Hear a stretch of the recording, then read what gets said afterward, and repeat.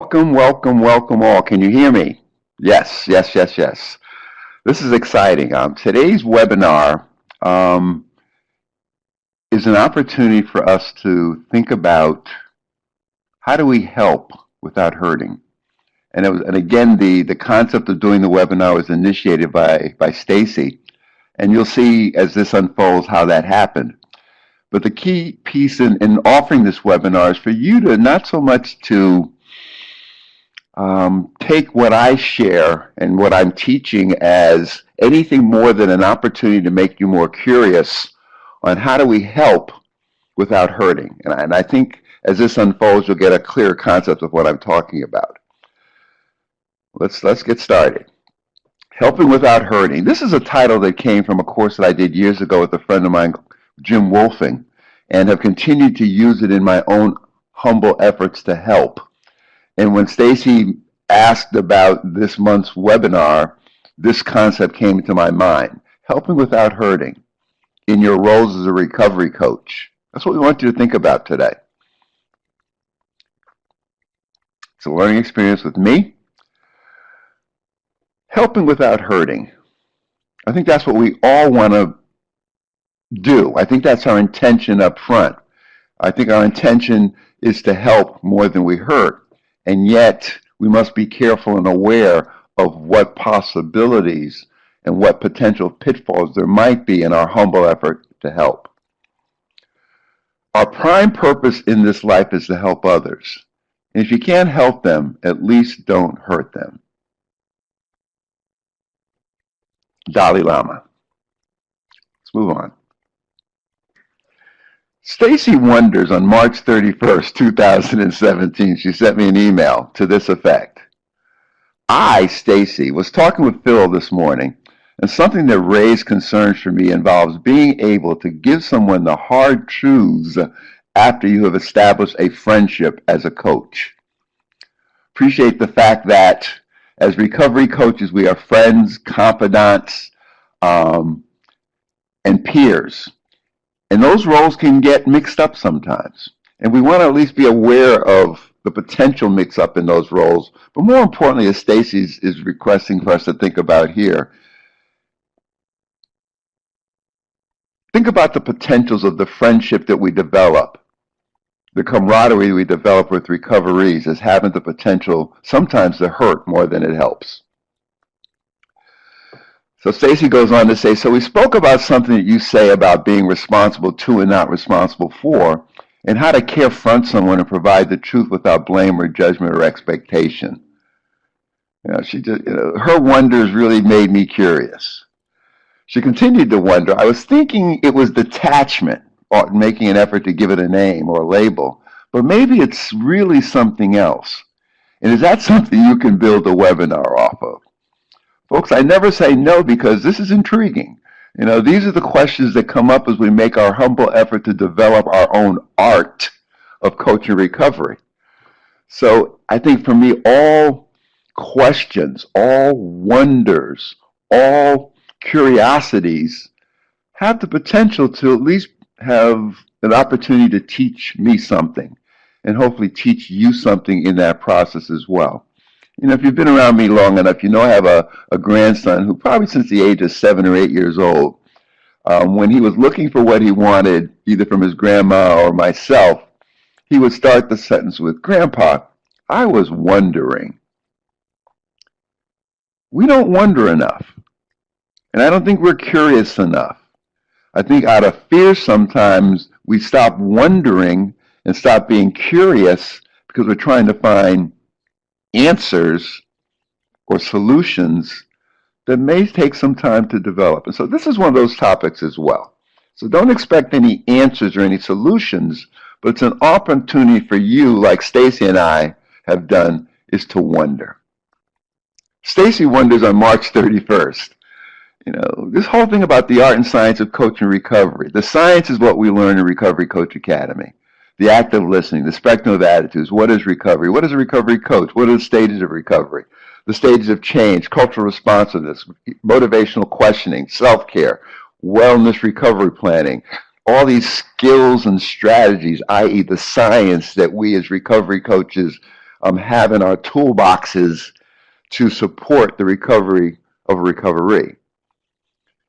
The work that we do in Leaving Recovery Coach Academy is to begin to develop our own art. The science is what to do, and the art is how to do it. And that's an ongoing process. I've been doing what I do for 38 years, and I'm still learning how to do it. I'm still learning and doing and teaching. And again, with opportunities such as this, that's what really sparks my passion for the work. So here we are wondering about how do we begin to apply what we've learned in Recovery Coach Academy to developing an art that offers us an opportunity to help more than we hurt. Right smack in the dab in the middle of the science and the art is the wonder. So it's appropriately stated and it's appropriately done that we do this work. Stacy wonders. I'll give you a scenario that occurred. A recovery who by all appearances has been doing rather well came to one of our centers inebriated. While staff was trying to help him, he began to get physical with them. Because the staff had had a prior connection with him, they allowed him to stay longer than he should have. The staff tried multiple times to get him into treatment and threatened 911, etc. But he refused each of these proposed options. He was allowed to stay on site for the full day, and he could have put many other people at risk. But because there was an attachment, no one wanted to be the bad guy. I know this is probably a severe case, but I wonder how often people start viewing a recovery through rose-colored glasses because of the connection we develop. Does that happen, folks? In your own experience in working with recoveries or working with other people, have you ever had the experience that your connection, your attachment, your relationship has impacted your ability to provide the direction that the recovery may have needed? In this case, we'll tease it out. I mean, it's an interesting case. What are you thinking? What are you thinking as you see this scenario? And again, thank you, Stacy. As you see this scenario and as it unfolded, what are you thinking? That's what's important for me to hear.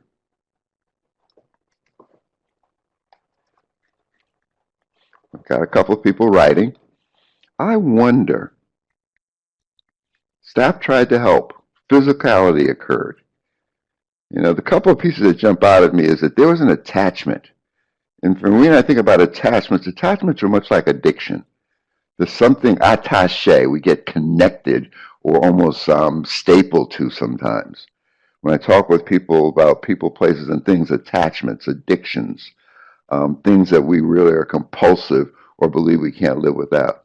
Yeah, all the time, but always let them know I will talk with them when they are sober. I can't talk to the disease. Nice way to approach it.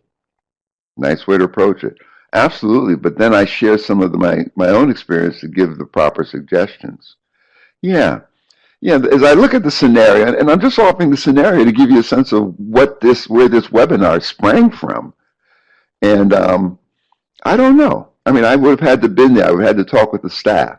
I think the key piece for me is while the staff was trying to help him. How do we define or determine what is helpful in this situation?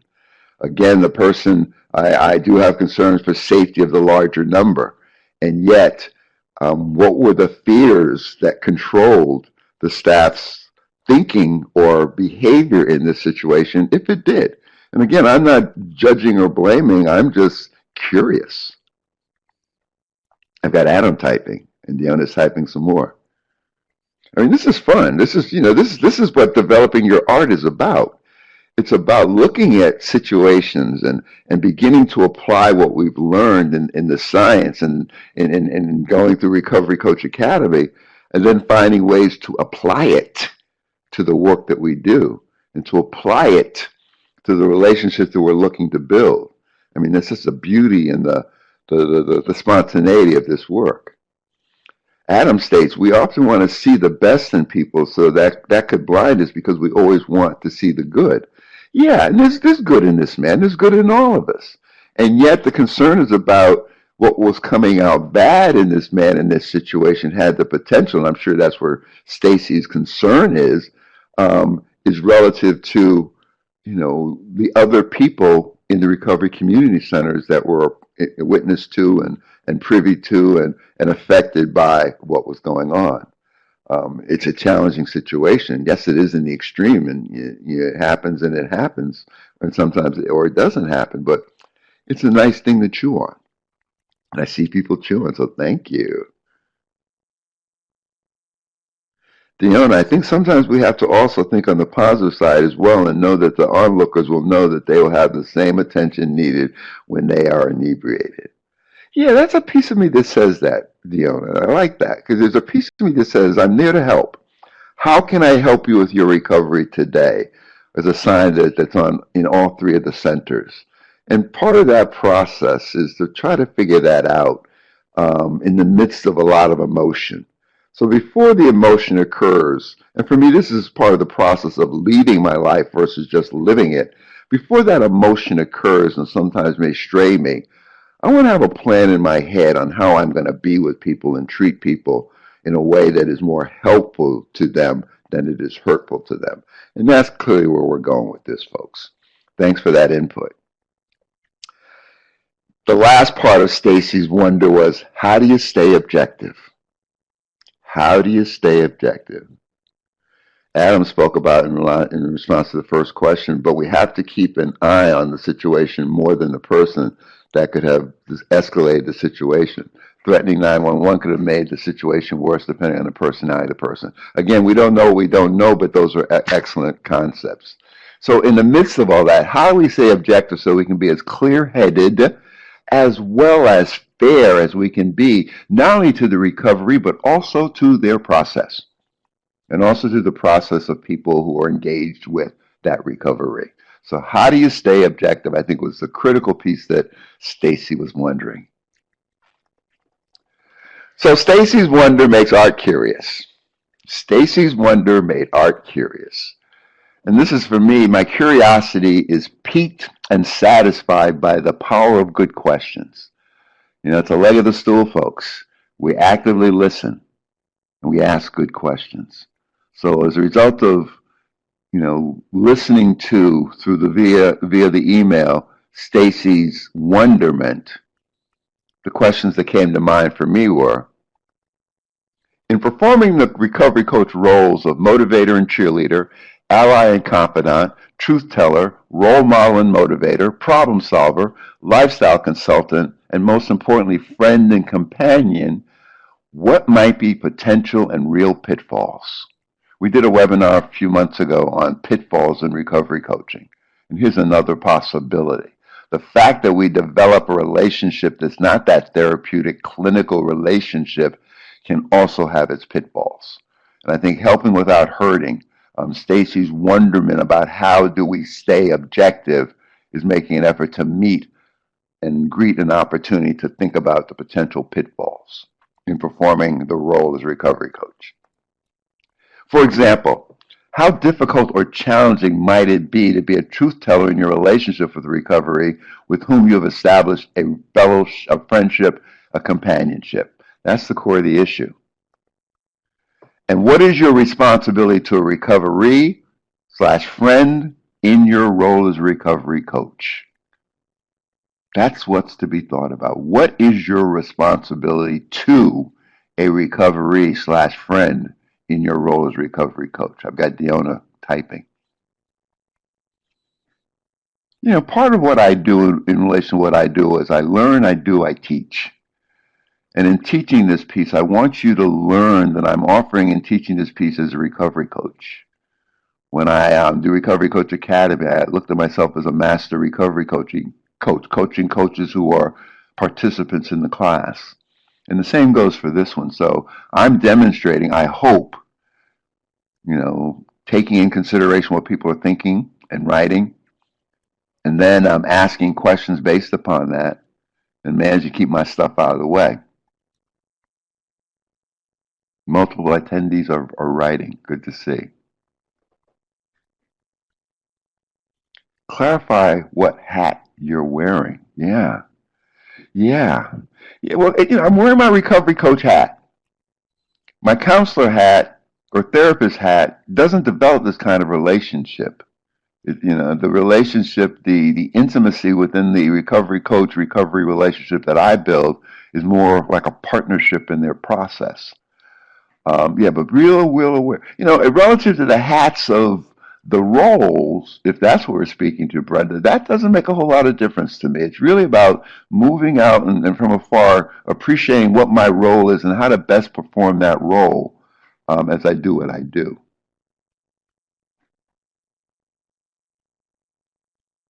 What is your responsibility to recovery in your role as a recovery coach?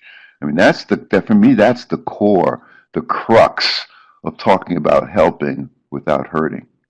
It's teasing out what is my responsibility to versus my responsibility for. For me, it's important to develop boundaries and respect. This is how I've been able to maintain a relationship as well as being their coach. From this perspective, they know I am there to help first and foremost. That makes big sense to me because that's a part of the power differential that we're exposed to and we talk about and we think about. Um, my role is Nicole says my role is to keep hope alive, practice the stool, establish healthy boundaries, be honest, and always remember that it's their recovery. I agree. I agree. You're speaking to the choir, folks. Boundaries are critical, as you'll see me talking a little bit more about them. And again, as I was doing this, that thought that you expressed, was in my head as well. It's about the recovery. It's not about me. And so when I look at that scenario where they're out of control and their relationship with alcohol has overwhelmed them or overcome them at a point and they're in a public place and they're rejecting help, it's about their recovery that I need to really focus on. What's going to be the most helpful response to support their recovery process? Mine is to be honest sometimes, even though I don't like it. You can tell someone without hitting them over the head with it. Clearly, clearly, clearly. For me, creative problem solving is about telling the truth without blame or judgment. Telling the truth without blame or judgment. And sometimes I have to tell people that I'm telling you the truth. This is the truth as I'm experiencing what you're sharing. I'm not blaming you. I'm not judging you. It's an opportunity for you and I to begin to creatively problem solve what you are talking about and what you are thinking about and what you are planning about. Nicole is typing. What is your responsibility to versus your responsibility for a recovery in your role as a recovery coach? There's a difference in that preposition after the word responsibility. And that's, again, for me, it's the difference between helping versus enabling. When I take responsibility for someone, I'm enabling them. When I express my responsibility to someone, I believe that that's there's an opportunity for them to become empowered, and I believe that I'm helping them to the best of my ability in that stance. I'm going to catch up to your writing. Oh, I'm going to move to the next slide, but you guys keep writing, and I'll get to what you wrote when I get there.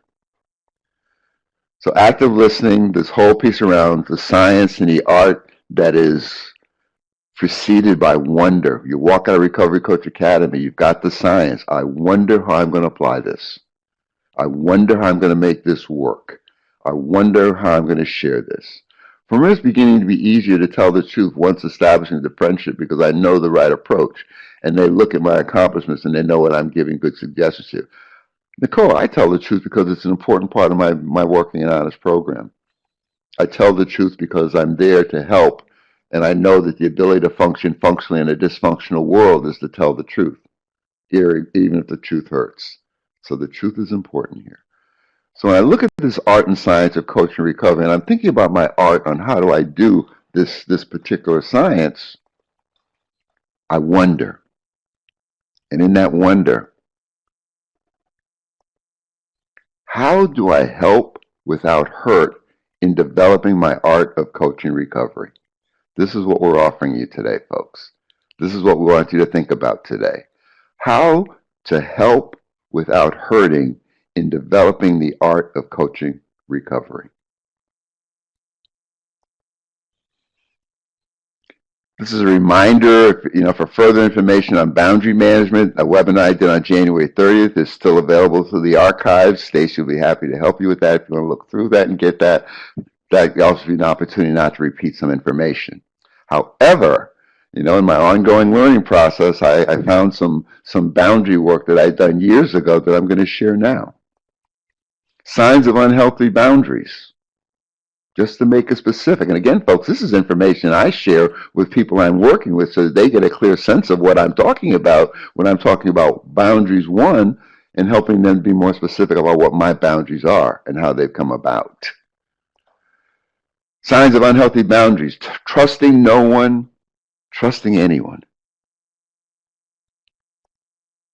Black and white thinking, either or. Signs of unhealthy boundaries: talking at an intimate level at the first meeting. Signs of unhealthy boundaries: falling in love with a new acquaintance. Acting on a first sexual impulse. Being sexual for the partner and not for self. Signs of unhealthy boundaries.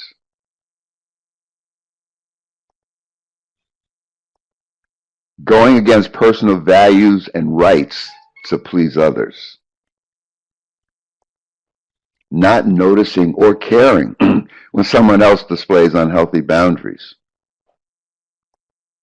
Not noticing or caring when someone invades your boundaries.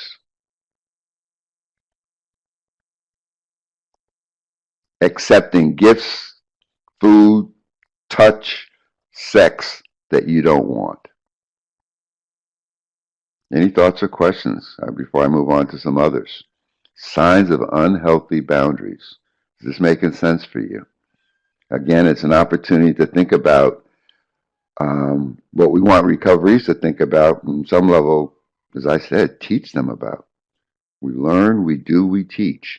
I practice healthy boundaries and an opportunity to teach healthy boundaries. And I'm learning about healthy boundaries initially by looking at what unhealthy boundaries look like and appreciate some of the unhealthy boundaries that I've adhered to in my own life and in my own living. Excellent. Yes, you will have these slides. And I'm glad. I hope it helps. Signs of unhealthy boundaries: touching a person without asking for permission. Sorry about that, folks. But I hope you can see it. Touching a person without asking for permission. Signs of unhealthy boundaries: taking as much as you can get for the sake of taking. Taking as much as you can get for the sake of taking. Take, take, take, take, take. Giving as much as you can give for the sake of giving.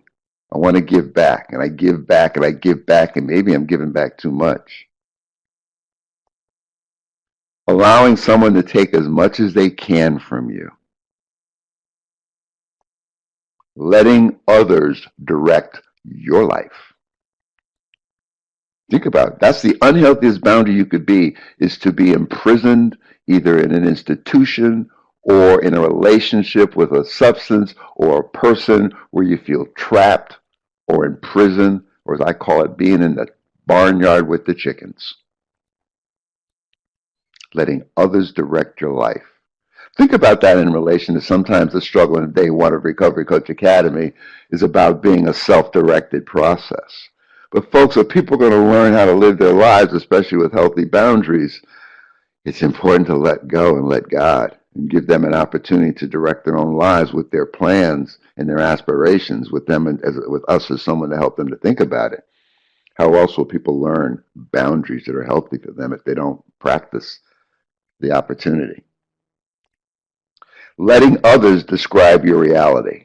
Clearly an unhealthy boundary for people, especially people who are stigmatized in our society, is other people put labels on them or describe their behaviors and we buy it.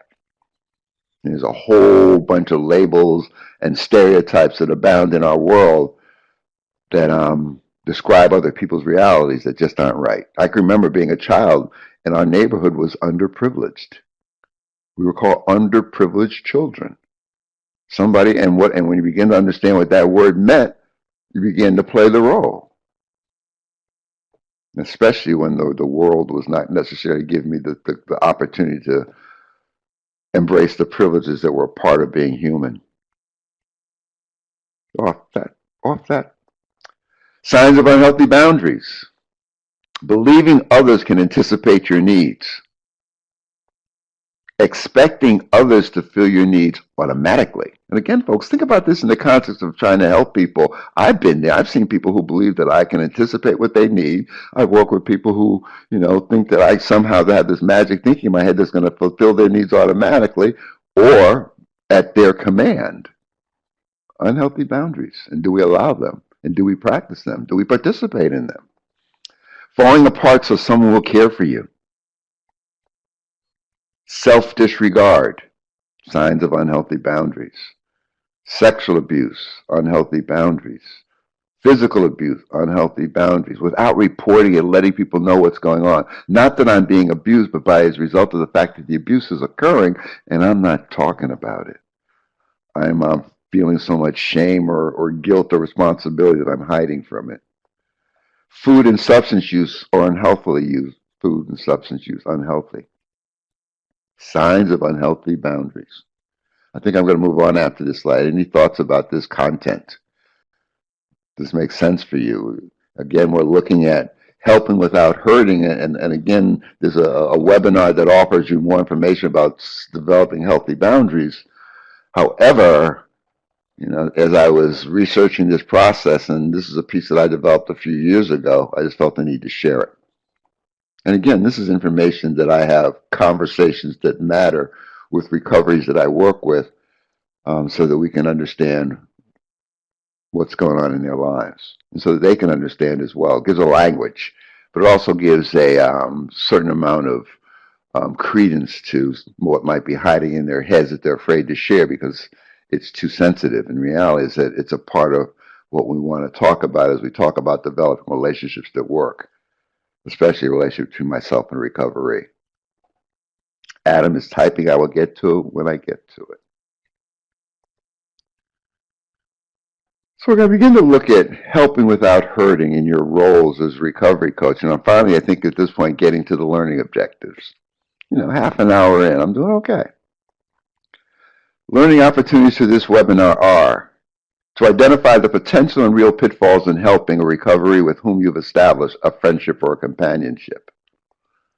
Describing the signs of unhealthy relationship boundaries. We've just done some of that. Describe a hierarchy of developing functional relating. See, folks, I always remember where I came from.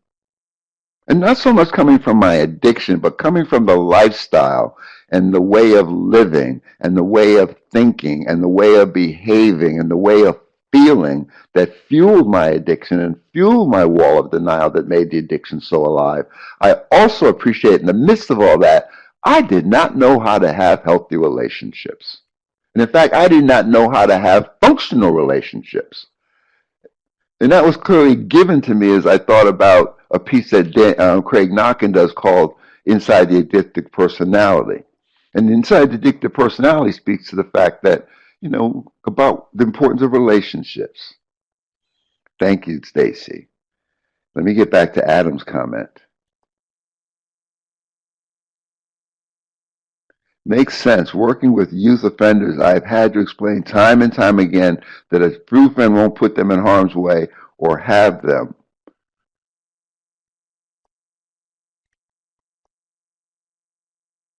The true friend will put them in harm's way or have them join in things that are wrong. Sometimes people have unhealthy boundaries because they never learn what to expect in personal relationships. Thank you, Adam. More importantly, what to expect in functional relationships. Even coming out of my home, things weren't, if you looked at it, they weren't that bad, but the reality was it was the centerpiece of my home was my mother who had an alcohol problem, my dad who struggled in his relationship with the sons. I'm not blaming them, I'm not judging them, but I'm appreciating the power of what we get or don't get in our families that predicate our ability to have relationships that work. So we're going to describe a hierarchy of developing functional relationships. We're going to explore helping without hurting as a way of thinking about and working with recoveries. Again, folks, helping without hurting has guided my work probably for the last 20-odd years. It was something that I developed, I would think, 20, 25 years ago. It's taking on a new form because, again, I felt that my whole process from moving through from my relationship with alcohol through my recovery process to my humble effort to help others has put me in a position to do recovery coaching because it's such a natural fit for me. Let's talk about healthy self and balancing care, self, and others. You know I'm always going to get up on that soapbox. But it's critical here because the ability to help others without hurting others also depends on our ability to take care of ourselves. Think of this. Self is internal. We have our needs, our wants, our feelings, our thoughts, our actions, and our spirit. And then we have relationships with others who have the same pieces. And those same pieces both need to be satisfied. We communicate, we ask, we reach, we engage, we take care. How do you show care for you too? In the midst of trying to meet the needs, wants, feelings, thoughts, and actions of others, as well as their spirit, how do you take care of your needs as well? How do you balance care of self with care of others? That gives you some information about how to help without hurt. Healthy self, helping without hurting. Giving, fixing, caretaking. It's a continuum. The right-hand side is okay. It's giving. Make offers within your resources, meaning your time, your money, and your energy. Have you ever extended your energy in helping another person and knew that you were overextending that energy, knew that you were overextending your time based upon what your needs were in order to be helpful to another person? Making offers and accepting the other person's acceptance or rejection of your offers. If they say, no, I don't need that, do we try to overextend it? Do we try to force it upon them? Do we sometimes take giving to an extreme? Make suggestions and leave them alone is okay. Make suggestions, put the offer on the table, and let it be. Don't have to fix. Because, the more we push the point, the more we're trying to fix. And the more we're trying to caretake versus giving care. We go too far, we make offers outside of our resources and carry them out, which causes us debt, exhaustion, and losses. We force our offer on the other person. We insist that they have. We insist that they do. We insist that they take what we want them to have. And we insist upon our suggestions and actually carry them out for the other person sometimes. Been there, done that in my humble effort to help, but I also wanted to be liked early on. And that was a trap where I think I hurt more than I help. Not so much the visible hurt, but it's hurting another person's ability to take care of themselves. Recovery coaching is a process of empowerment. It's a process of developing strengths. And am I empowering or helping someone to develop their own strengths if I'm going too far into that caretaking place? That's where I'm hurting the person or the relationship that I'm having. The other side is I'm helping more than I'm hurting. Difficult balance. Difficult balance. And yes, religion can cause this fixing behavior as well. Anything that we tend to believe in can push us to the extreme. A lot of the things that I did early on to help other people, I took to the extreme and ended up hurting me because various reasons. There's got to be a balance. Helping. This is my own personal views, and I think I wrote this about 25 years ago. My role as a helper is not to do things for the person I'm trying to help, but to be things. My role as a helper is not to do things for the person I'm helping, but to be things. As a helper, I intend to be an active listener. This is 25 years ago, folks. Empathetic, dependable, responsible to your needs, not for your needs, respectful, caring, curious, and committed. That's who I am. Who I am fuels what I do. And if I make who I am this, which I think has the opportunity to support the relationship, then I'm doing what I want to do. I'm doing what I think might be helpful more than hurtful in my relationship with the recovery. Make sense, folks? I want you to think about, how do you describe your role as a helper? How do you describe your role as a recovery coach? And do you describe that role to that recovery? Recoveries have seen this. This is one of the things that they see up front. That's a part of our ability to develop boundaries on our relationship. Because see, not only am I teaching them what I've learned, what best helps me, but I'm offering them an opportunity to know where I'm coming from. And that makes it safer. I think that puts me in a better position to be trustworthy. I'm telling them the truth about what I'm going to be. And I'm minimizing what they might come into the relationship expecting what they want me to do. We're human beings, folks, not human doings. We have to remind ourselves.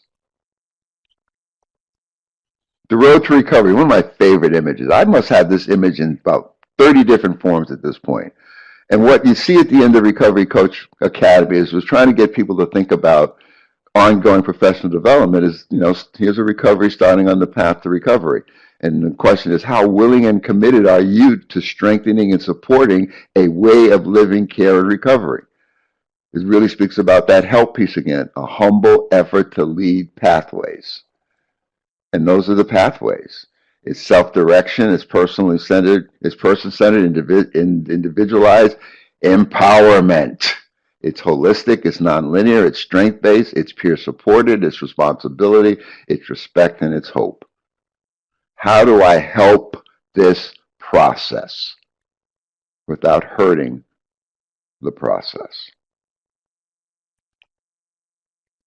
It's about empowerment, folks. It's about empowerment.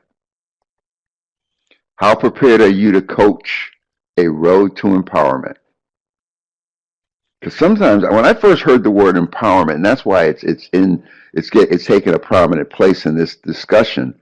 When I first heard the word empowerment, people used to use it in a way that made me feel that other people had the ability or the capacity, if they willed it, to empower another human being. Doesn't work that way. We offer people recovery capital, skill development, and awareness of their own strengths, their own sense of well-being, their quality of life that all contributes to their ability to perform in their lives. We offer them tools to develop power within themselves. So how prepared are you to coach a road to empowerment, which involves your responsibility to a recovery becoming empowered, not being responsible for their empowerment process? That's that fine line I think we cross too many times, where we end up enabling and infantilizing versus truly helping. Love this diagram. Fundamentals of empowerment. Empowerment is based on love, not fear. When I fear, I control. When I love and care, I can let go and let help. I can let go and not be attached to the outcome of the recovery's work. Fundamental empowerment is a holistic approach to a problem. It's working towards transformation. That's what recovery is about, isn't it? It's about choices. It's living with dysfunction. I put this in more recently because it is about living with dysfunction. We cannot not think about the fact that we live in a world where it's very difficult to live well and without fear. There's lots of shit going on, excuse my French, but there's so much going on, either within households and homes and families or in our larger environments. And so we have to learn how to function functionally in dysfunction, and that's an empowerment process as well. Flexibility and change. Empowerment encourages creativity. Creative problem solving is telling the truth without blame or judgment so that the person feels free to practice an opportunity and develop their own art of empowering themselves. We trust and let go as we offer them an opportunity to know what we know that might guide their way or support their way. Fundamental empowerment transcends labels. It's not about a label. It's not about a stigma. It's not about a stereotype. It's about helping another human being to become the best that they can be. And many times the processes of empowerment aren't engaged in relationships because there's this power struggle, or there's discrimination or ostracization for whatever reasons that happens where people don't get what they deserve. Let's transcend the labels to empower all of us. It teaches to trust our wisdom. The way to wisdom is to be open to the outcome and not attached to the outcome. The way to empowerment is to practice building a life and building skills to enhance the quality of that life and see where that takes you. Fundamentals of empowerment, most importantly, support healing as a community effort. It takes a village to raise a child. Native Americans talk about a healing force must be created in order for change to occur. That's what I'm talking about. In order for people to become empowered, they need an opportunity to have environments that are empowering. And that's what we talk about when we talk about being culturally responsive.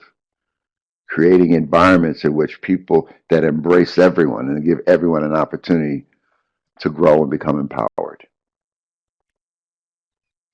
Helping without hurting. The bottom line of a course that I did many years ago and continue to have as a real force in the work that I do. Before I go there, though, any thoughts or questions about the fundamentals of empowerment? Can you relate to this concept? I mean, again, when we go back 2 slides, well, I'm not going to go back to the past slide, but it had empowerment as one of the 10 components of recovery coaching. Revisit those 10 components, folks, and make sure that they're a part of what you're thinking about as you're thinking about supporting recovery and recovery's lives. You know, those components help the process. Those components can be empowering. Those components are the opportunity for people to begin to get some guideposts that guide their journey. Any thoughts, questions, or comments? It's been a while since I've visited this piece on empowerment. And again, my spirit perked up when I was in teaching Recovery Coach Academy initially and seeing, you know, that diagram with empowerment as a piece. And again, I knew it was something I need to learn more about because what I had heard about it wasn't helpful for me, and what I had heard was not necessarily helpful. Thank you. This empowers me to be able to explain how important recovery coaches are. Good to hear. And nice way to express it. You're more than welcome, Deanna. Thank you. Helping without hurting. You know, I tell people all the time that in my own recovery process, I would go to bed at night and I'd wake up in the morning with these acronyms in my head. I did a 2 years at University of Connecticut School of Law, and I wrote a paper called Social Work Practice, Casework with Spirits, Human and Distilled. And that's really where the acronyms began, because I spelled social work, S-O-U-L-C-I-A-L. And back then, soul stood for strengths operating uncovered by love. And I emphasized love then because at that point in my recovery, actually I was just newly trying to get sober, and there were many relapses in that process. But finally, it was 7 years into the process of being, gaining some sobriety, that I went back to school. And I was trying to figure out how was I going to help? How was I going to help? And these acronyms came into my mind. And for me, help became a humble effort to learn power. And that speaks to that empowerment that I was just talking about. Think about the concept of humble effort to learn power. I'm talking about when I'm sitting with another human being and I am actively listening because what they have to say is important and will guide our work. I'm asking good questions, not only to make sure that I'm clear about what we're talking about and what's being shared, but also to see, when I sit with people more recently, I find myself, I'm curious how they're going to make this work. I'm curious where they're going to get the strength and the power to make this work. And of course, I'm right there with them, in partnership with them, to help them to make it work. So when I think about power and learning power, it's about me sitting with another person and learning where they are powerful versus learning where they are powerless. They know that. They can teach me that all day. But they more struggle to teach me where they are more powerful. It's like those exercises they had me do in hospitalizations, where on one side you take a piece of paper, draw a line down the middle. On one side put your strengths, on the other side put your weaknesses. Of course my weaknesses were always more than my strengths. Of course the negatives were more than the positives. But the critical issue that made me think about is, In my humble effort to help another human being, how do I help them to learn the power that will offer them the opportunity to take their power back, not only in relation to their recovery from addiction, but also in relation to their building a life of being a human being? It's critical work, a humble effort to learn power. So I, in the midst of that relationship, am curious on how we are going to learn the power that will work for this recovery. That's a part of the lesson power differential, because they hold the power in that regard, because it's about them, it's not about me. I just make sure I bring all my power to the relationship and give them what I can. On the flip side of that, when I don't bring all my power into the relationship, I don't give them what I can as a result of my own limitations or my own lying to myself, then there's an opportunity to hurt them. And to hurt them is a harmful undermining of responsibility to self and to others. And my responsibility is to myself first, because my passion is to give back, but I don't want to give back garbage. And I don't want to give back hurt. I don't want to be in a position where I'm hurting more than I'm helping. And I don't want to be in a position where, and this is that middle leg stool stuff too.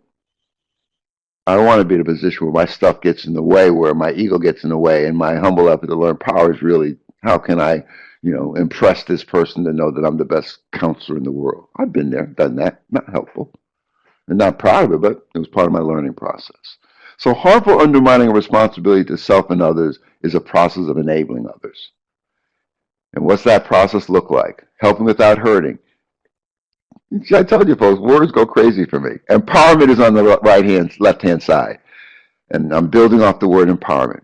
Empowerment is a process of educating, helping recoveries to master challenges, progressing, opening the mind, working to succeed, encouraging, respecting, maturing, expecting, learning, not judging, thinking, and trusting. See, folks, not only is that an empowerment process for the recovery that I'm working with, but it's also an empowerment process for me that helps me to work with the recovery, if that makes sense to you. Because that is that learning, doing, teaching processes. It's just crystallizing in my head in this moment. And it's good stuff. On the flip side, I hurt when I'm enabling. Enabling is escaping reality or reality fixing. It's neglecting limits. It's neglecting listening. It's arranging outcomes versus being open to the outcome and not attached to an outcome. It's blaming, which also includes sometimes judging. It's lecturing and sometimes even lying. It's infantilizing, which means making a child out of an adult. It's neglecting responsibility to that person or to the relationship or to the recovery. And it's giving up or giving in.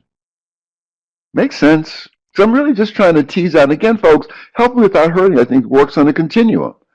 It's not about I'm doing all of this stuff. I'm doing some good stuff as well. But at some level, it's an ability to appreciate what empowerment can look like. It's an ability to appreciate that empowerment being one of the core opportunities in the recovery process along a pathway of recovery. Make sure we know what that might look like. I share this with recoveries, and they take on the task of identifying what they need, what they don't need, and what they're doing, what they're not doing. So I hope it helps. Helps my process, and it also helps my process in helping others. Helping without hurting. I talk a lot about building a functional relationship. This is how I think about it. The hierarchy of functional relationship means you start from the bottom and you build to the top, and each layer builds on the other layer. And some of these might surprise you, surprise me. To build a functional relationship, it must start with truth. I think I mentioned this earlier. And truth builds into trust. And trust builds into respect. And respect builds into love. And love builds into intimacy. Into me you see. We want to have an intimate relationship with recoverees that helps them more than hurts them. And these are components of building that relationship. You tell the truth without blame or judgment, because that's how you help problem solve. You are trustworthy. Isn't that one of the roles of a recovery coach? Being trustworthy. Another role of a recovery coach is be a truth teller. Another role of recovery coach is to be a role model. We want to model respect for human beings and humankind. Another role of recovery coach is love/care. We love human beings. We care about human beings. And the intimacy is around the tasking. See, I can't work intimately around tasks that recoveries need to work on if I haven't built a functional relationship. And I appreciate the fact that sometimes I have difficulties, developing a functional relationship because nobody taught me how. And so I'm had to learn how, and we are learning how, and we're helping recovery to learn how.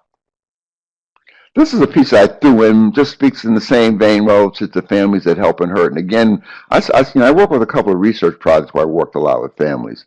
And this just gives you an opportunity. And this is something I share to educate families that I work with.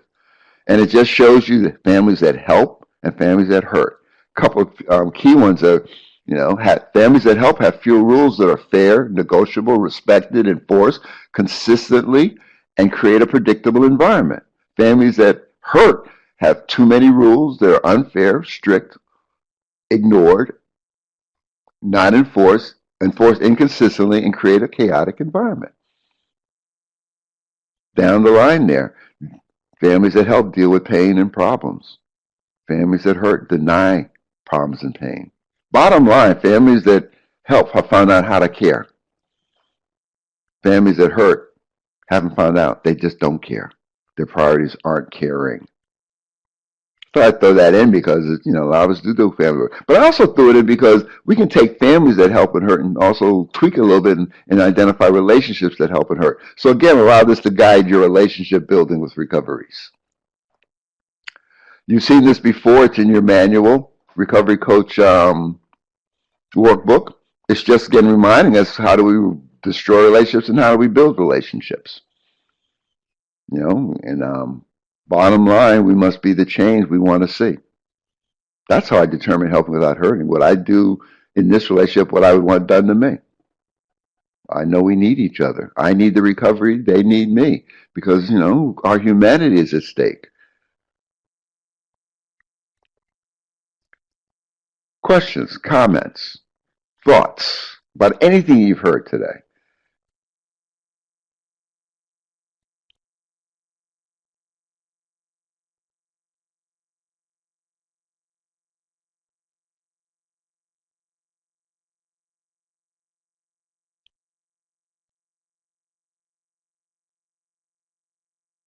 Got some people right. Can you still hear me, folks? 'Cause I see that the cam went off. Yes, good, good, good. Any questions? I can respond to what I see. I enjoyed this. And thank you, Stacy. You see how you see what you see how you push me? This is good stuff. This has been very informative and enlightening. It also helps for continued growth. I hope. I mean, everything that, for me, is about learning, doing, and teaching. That's how we continue to grow. Erickson's developmental stages speaks to the fact that I'm in the age of generativity. And in the age of generativity, I can either be stagnant or I can share what I've learned. And in sharing what I've learned, the key concept in the age of generativity is I share what I've learned because I care. And I just feel grateful for having the opportunity to share what I've learned with a bunch of other caring individuals.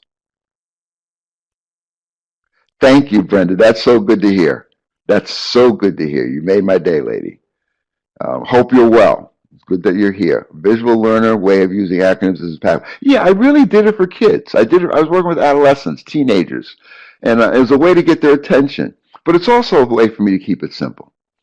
This was very helpful. I'm brand new to all of this, but it's interesting to know many of the things I've done in the past actually are long. Yeah, because you probably care, and if you ever, and you trust yourself. Trust yourself, and when in doubt, talk about it with people who are doing what you're doing. Thank you, folks. I really appreciate your time. I thought about the change in the time in the day, but I think it worked out well. It certainly did for me because this has been an energizing experience. And I think it's really demonstrated clearly, the fueling of what CART does based upon what you do, Stacy. Because again, I love to teach, I love to learn, I love to do what I'm learning, and you just keep, pushing the envelope on that opportunity for me to feed off of your wonder and gives me a curiosity that I'm just really enjoying satisfying. So thanks. And thank you all for being here.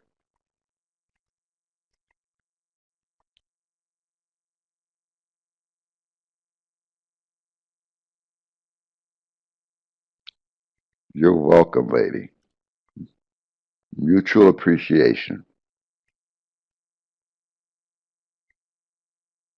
Thank you, Deanna.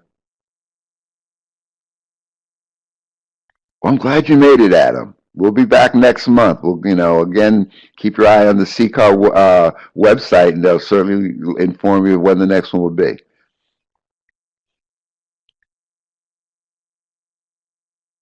Excellent.